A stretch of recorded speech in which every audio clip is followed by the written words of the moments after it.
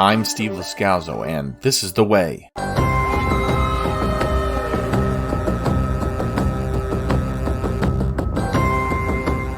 Hello, and welcome to another episode of This is The Way podcast. I'm not sure how to feel about what I saw this morning. I'm not sure it's okay for me to not like Star Wars if I'm a Star Wars podcaster. That certainly feels like the case sometimes. There are a lot of people out there who, like, if you don't love everything that comes out, well, then you're just not a real fan. Or, why are you even watching if you hate it so much? Well, I didn't hate this episode. Now, let me explain. I haven't been feeling well lately. My sleep pattern has been really messed up, especially on Wednesdays from all this waking up early to get started on the episode and watch it and get everything set before the rest of the house wakes up. But second, maybe I'm just expecting too much out of this show. Okay, then. I think I might be setting a really high bar for my entertainment. It may be impossible for the show to reach it, but it's definitely at least difficult to meet my own expectations, and I have no hand in the creative process. For example, I got fooled by the previously on segment before the episode. I thought we were going to see all sorts of things. And then when I didn't see them, I was let down. Favreau and Filoni haven't promised anything, and that's not what the previously on is supposed to do. I can admit, sometimes Star Wars ventures into the silly and outrageous, and sometimes I like it. But just because I was expecting serious and carefully plotted doesn't mean I'm the one that gets to decide that's what Star Wars is for everyone. Also, though, I really didn't like a few things about this episode, and there wasn't anything that I loved to make up for those issues for me. I do want to say this. I know Bryce Dallas Howard is the director of this episode. She directed what she was given. Jon Favreau is the writer. He speaks the truth. Let's start with positive. My most favorite part of the episode, that's probably seeing Christopher Lloyd. I'd been waiting to see who he was going to play. And, you know, he's an older guy now, so I didn't expect too much. I thought maybe we'd even get less of him than we got. So when I saw him and found out later that he was part of the separatist movement, I was totally on board with his character development. They didn't give him a lot to do. They gave him a lot of Star Wars-y jargon, and he did fine. If that isn't the quactor calling the stifling slimy. Okay, least favorite.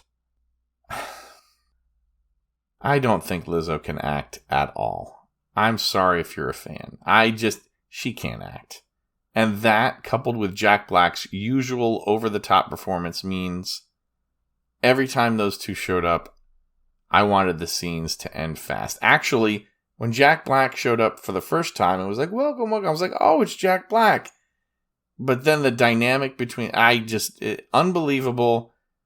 And look, I like him. I just didn't like what ended up being the take on this character. If you're a fan of Lizzo, you probably loved it. Well, that doesn't mean you're right and I'm wrong because you're a fan of hers. I was looking for something else this week. Look, that's the way it is. And my opinion is Star Wars sidelined into whimsy and comic book action, and that's not what I wanted personally this week. I beg your pardon. This planet is unrecognizable since he arrived. I had a feeling you hated me. I'm disappointed in you, Commissioner. You served my family well. But Captain Bombardier is the love of my life, and I know his heart is true. Sure, he's made some mistakes in the past, but who here among us has not? Is there no room for a little bit of forgiveness in a galaxy so vast? All right, here's what I'm going to do. I'm going to read to you notes that I took while and then shortly after watching the episode. And if I think I need to elaborate, I will. But I think this is going to be the best way to track how I felt about the episode. And since this is my first impressions podcast, this is the place to do it. I have spoken. Where do we start? Well, let's start at the beginning. I really did get tricked by the previously on segment. they showed Moff Gideon. We do not see him in the episode. That doesn't mean he had to appear, but maybe even the specter of him would have been nice to have been brought up. I saw the Quarren ship at the beginning, and I don't know how many other people thought two things. Galactic Star Cruiser ad incoming, and it wasn't. But also, the ship's shape reminded me of a Quarren or Moncala head. So I felt like that design was intentional. Okay, there was a Trask reference. That was the planet in Chapter 11, I think, that they went to that was covered with water, where, the Quarrens tricked Mando and the baby went into the water, and that space creature or the sea creature ate it, and then Bo-Katan and Axe Woves and Koska Reeves all came to the rescue, and then at the end, they, stole the ship from the Imperials. That was Trask. The back of the captured Imperial ship that's chasing this Quarren ship, when it showed the back, it reminded me of the scene early on in Spaceballs where it's like the never-ending ship. It just, I don't think that was a reference at all. It just reminded me of that. And when they showed the captain of the ship, I didn't remember the voice, if Axe Woves even spoke in the second season. I don't even remember that. And remember, he was only there for that one episode, because later in the season, he wasn't with Bo-Katan when Boba Fett and Din Djarin came to that cantina. So I thought we were getting Fen Rao. So I was like, oh my gosh, they're doing this. Fen Rao's going to appear. And then we didn't get him. So Axe Woves, okay. And look, there was Mercedes. Koska Reeves. Now, was she lying or misdirecting us about not being in season 3? She definitely said, I'm not in season 3, and then she made it seem like I'm so disappointed and I would have loved to have been there. Those quotes and those articles do exist, dating back to as far back as I think 2021. I didn't know sidekicks were allowed to talk. All of that isn't the quack they're calling the stifling slimy. Alright, then we get, I don't know, what was this? Was this supposed to be Romeo and Juliet in space? I did not like the star-crossed lovers thing. First, with the tentacles to the face, I get the feeling that they're trying to reach out to a different audience with that. I don't want to say too much. Axe Woves says something about Pleasure 15? Plaisir 15, I think he said. I don't know about the 15, but Plaisir, it's not spelled the same. I checked the closed captioning. Plaisir means pleasure. So I heard Pleasure 15. And listen, this Quarren captain, she loved this Mon Cala so much. Loves him so much that she goes right back to the captain's chair right after she's like, you gotta go. The whole bit was just awkward. It didn't play out as like pulling my heartstrings or, oh my gosh, I hope they get together. No, it wasn't anything like that. Then we get right into the slate. It says guns for hire. And I'm like, all right. Guns for hire. Let's strap in. We're ready for a wild ride. And then they're going in to the atmosphere. There's a domed city. We've seen that in either trailers or promotional stuff. So we've seen that. I'm thinking, all right, this is where the Mandalorians are hiding out, and they're starting this domed city. But then there's Imperial droids. So then I think, okay, all right, now we're getting into this Imperial remnant that is siding with Moff Gideon. It's going to be Moff Gideon. They're going to show up and look who it is. It's going to be Moff Gideon. No. Join us! Come! It's a party! Come! Everyone, special guests, Mandalorians. I hope you like secretions. Take a little sip. Come, please. Not Moff Gideon, Jack Black as Captain Bombardier. And who's that with him? At least it's not Nicki Minaj. look, if you're a fan of Lizzo, great. But it looked like she was wearing Mickey Mouse ears. She was over the top. Jack Black always plays an over the top character. I don't know if this is a guy that was from Legends stuff. I mean, not reading any of that leaves me at a disadvantage. I don't know if this is a character from somewhere else. But I just don't understand. I mean, he's wearing an Amnesty lapel pin, just like Elia Kane was. So I don't know what to think about this guy. Was he some horrible guy? I guess he's not if he's with this woman. And by the way, her name is the Duchess? Like, so they're in a domed city, and her name is the Duchess? We still haven't heard if there's any reference to Satine in live action, but they have this woman playing the Duchess. This is just so weird. And then, were they having them steal Grogu there? I thought, oh no, I mean, he's going to go over to them, and now he's going to be a hostage. I felt like I was waking up to a fever dream. It just was so weird. And then we see Christopher Lloyd, and I felt immediately like, well, this is going to be the bad guy, isn't he? I mean, it really felt like that. But this was like almost the story of WALL-E. You know, all these droids are having problems, and we're hearing that the rich people just don't want to do any work. So it really just felt like a scene out of WALL-E or something like that. And then we go to Ugnaughts from Christopher Lloyd, and I was like, oh, remember Queel? And then I started thinking, ooh, are these going to be disgruntled Ugnaughts who are tampering with the robots? I thought, okay, I'm back on board. And then he name drops Queel. How does he know? I had to go back and look at all of the dialogue from chapters 1 and 2 of the series. And Queel never said, oh, I'm from Plaisir 15 or anything like that. So isn't this kind of racist that he just name drops Queel just to random Ugnaughts?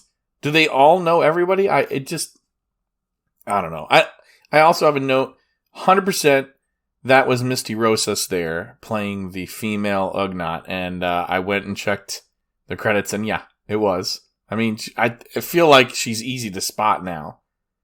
And I like how Din is now respecting this culture. So in chapter 2, when he met Queel, he was being really standoffish with the Jawas, right? He was like, I don't care. Give me my stuff back. And then Queel was like, hey, no. Barter with, like talk with them. And so now he's kind of learned that lesson. Maybe it was easy for him to make that transition because these were other Ugnaughts. Maybe seeing that they were Ugnaughts, flipped a switch for him and said, oh, okay, so I have to reason with them and not insult them. So I like that. I mean, it seemed very bounty hunter-y, He's getting what he wants without having to always fight for it. You had me at battle droids. And then I thought, all right, they're going to see these battle droids. Are we going to get a flashback with Din seeing these B2 battle droids and like having PTSD or something? Nope. Wasted opportunity. I mean, he's kicking them and stuff, and he's kind of disrespecting the battle droids. And there's a difference between battle droids to me and just any droids. Remember, at the beginning of the series, he didn't like any droids. And it's reasonable for me if he doesn't like the battle droids, but is okay with some of the other droids. Although, he didn't really treat the droids in the droid bar later with any respect either. And then we get this foot race scene. But where is this battle droid going? I mean, why would this droid choose to react to Din Djarin and give itself away? Did he think he was going somewhere and he was going to get away? I think later it's not really that they have a sense of what they're doing. I liked the Cagney and Lacey kind of thing. The detectives on the hunt, NYPD Blue or LA Law or CSI or Law and Order. I mean, I liked that, and I liked I liked how we see the crime scene develop too. So there were parts of it I was like, oh, that's cute, that's fun. But then we go to the droid bar, and I was wrong last week. I mean, I seem to remember there was the scenes in the trailer. I thought, oh, we've seen everything, right? Well, there was the scene in the droid bar, and then there was the scene of them coming in on the domed city. So, or maybe it was just pictures. I don't remember where those were, but I feel like now at least we've seen all of the scenes that there are to see from the trailers and the promotional stuff. But I'm not 100% sure anymore, because I was totally sure last week, and now I'm not so sure. But who is this dialogue for that we're hearing in the bar? Like, what life lesson is Favreau trying to teach me about being grateful when the droid is talking, the droid bartender is talking to him like, look, listen, we are just trying to, survive down here. I mean, we need your help. We don't want to be replaced. We still have a lot to contribute. Human life is so short. They don't ask that much of us. Organics created us. It's the least we can do.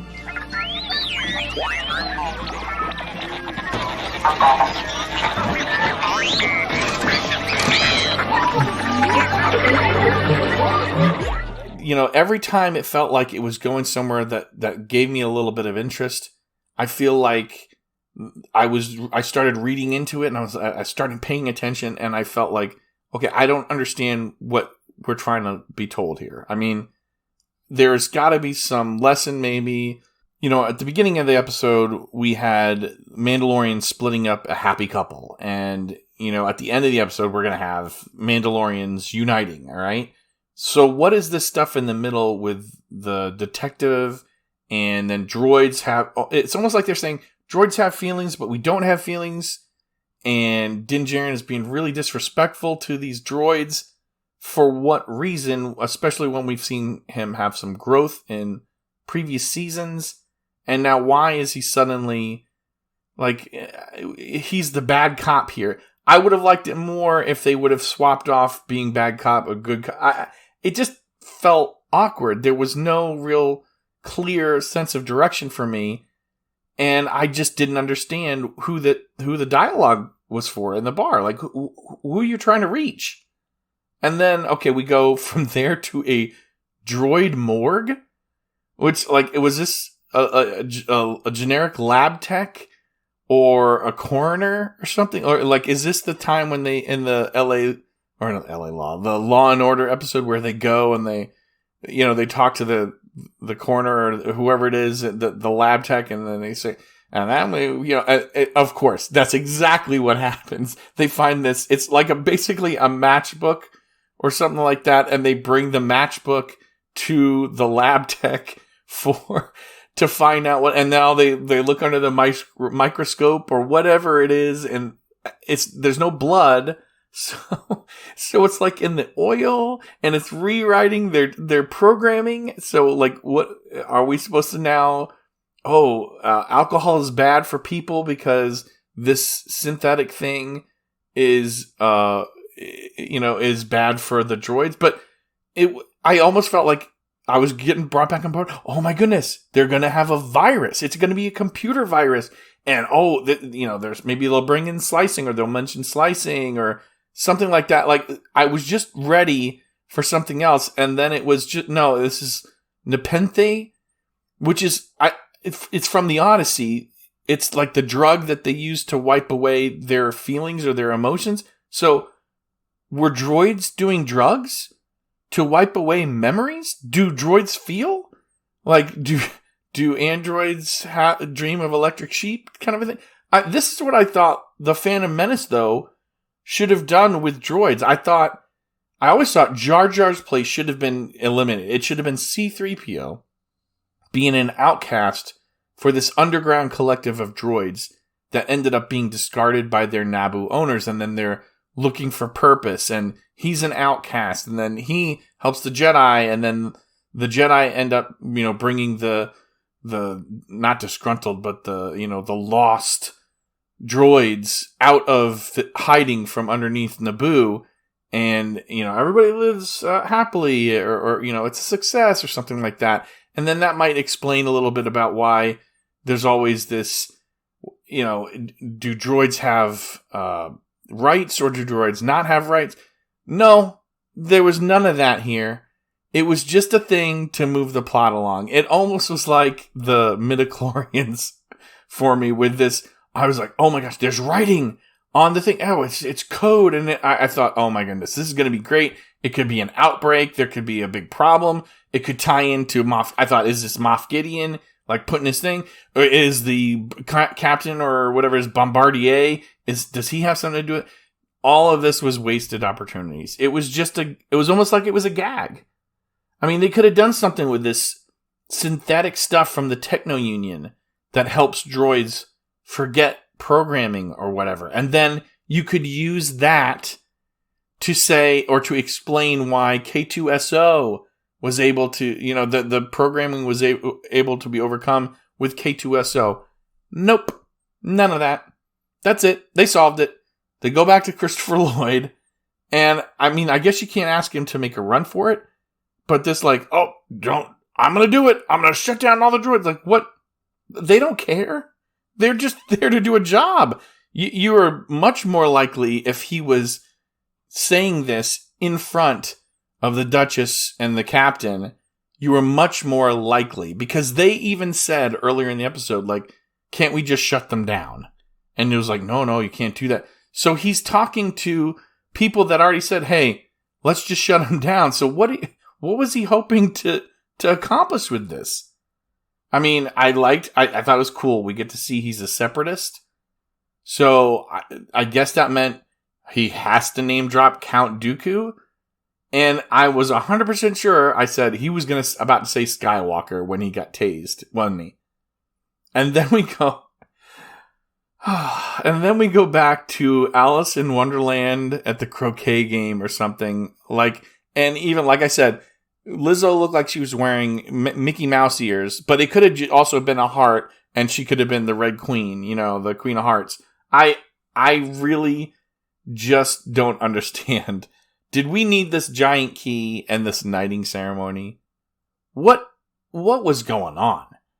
I mean, I forgot why I should care that they were going to recognize Mandalore and her claim to it, or whatever it was that she promised in order and as payment to help them out. I was a little shocked at how little I enjoyed myself during this episode. It was brutal is not the way to put it. Like, I didn't hate this episode. I didn't think this was the worst episode I've ever seen. It's just terrible. I mean, it might be the worst episode of The Mandalorian, but that's because it didn't fully commit to this kooky whimsy stuff.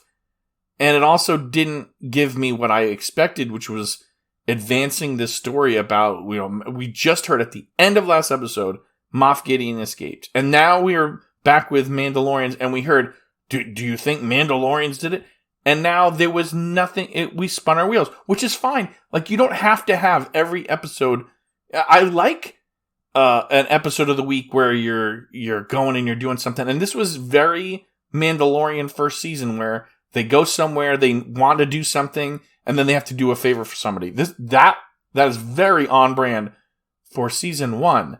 Like episode 5 or episode 6, it was the prison transport episode. So I guess you could still have, and then we went back to the story. So there's 2 episodes left. That's just what I'm saying, is like, I was a little shocked with, okay, we're going there now in this season. We could have done this. I guess we could have done this earlier, or like before last episode, or they could have swapped it around a little bit, but we're going to do this now, and we're finally going to get our episode of the week or our villain of the week kind of a thing now. Because like I had to look at the time, how much time was left in the episode. I was like, we're only now going to the Mandalorians? And I was thinking, I hope they don't just make them fight. Like, is this going to be what it is? Like, she's going to go there, he's going to say, I challenge you. And that's exactly what they did. And the duel to me, like, it was a little boring or a little unbelievable. I don't know. It was like he doesn't really respect her at all, right? None of them do. They left her. And now suddenly she's going to win this duel and now they're going to respect her. Like, did they not have a duel when they left? Did they just leave? And if you can just do that at any point, like just get fed up with someone and just leave, then you're not really, you're not really a cohesive unit. And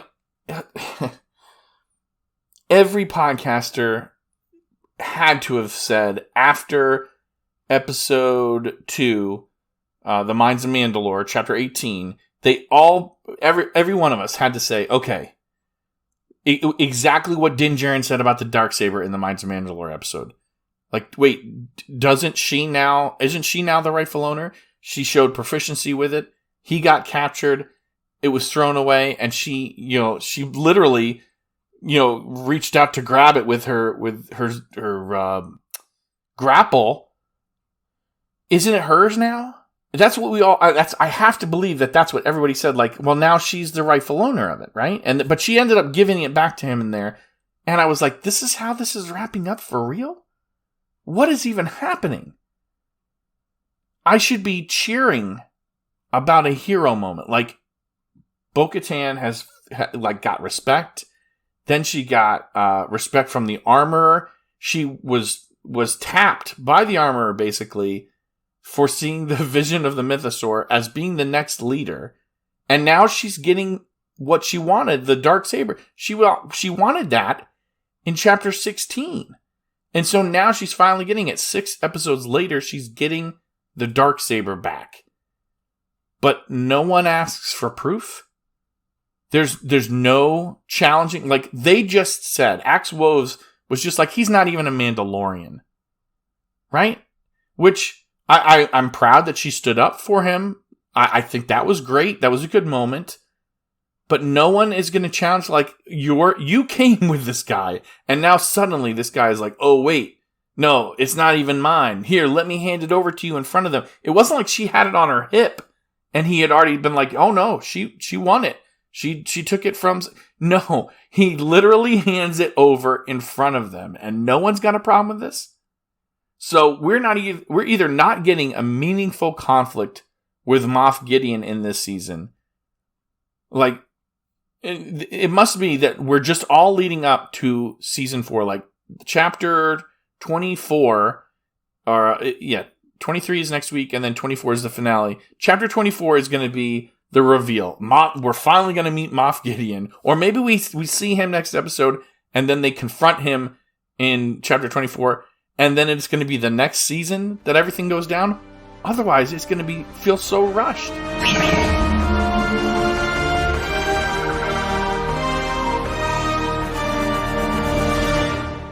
I know. I'm worked up. I worked myself up just reciting my own notes.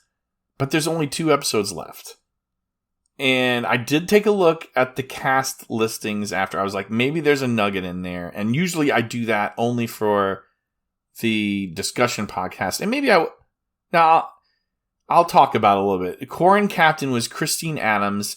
And she is our Agents of S.H.I.E.L.D. alumni. And I love finding those little nuggets there. She's been in other stuff too. And I'm sure she's much more popular for some of her other stuff. But that's the one that I noticed. Just because for some reason, way, way back, that's what I went to look for. I went to look for that connection between, TV shows. And back then, Agents of S.H.I.E.L.D. either was still going on in 2019 or 2018, whenever The Mandalorian started, or it was wrapping up, or maybe I just thought that was going to be a working connection for them, especially since Jon Favreau has the ties to Marvel and Iron Man and stuff.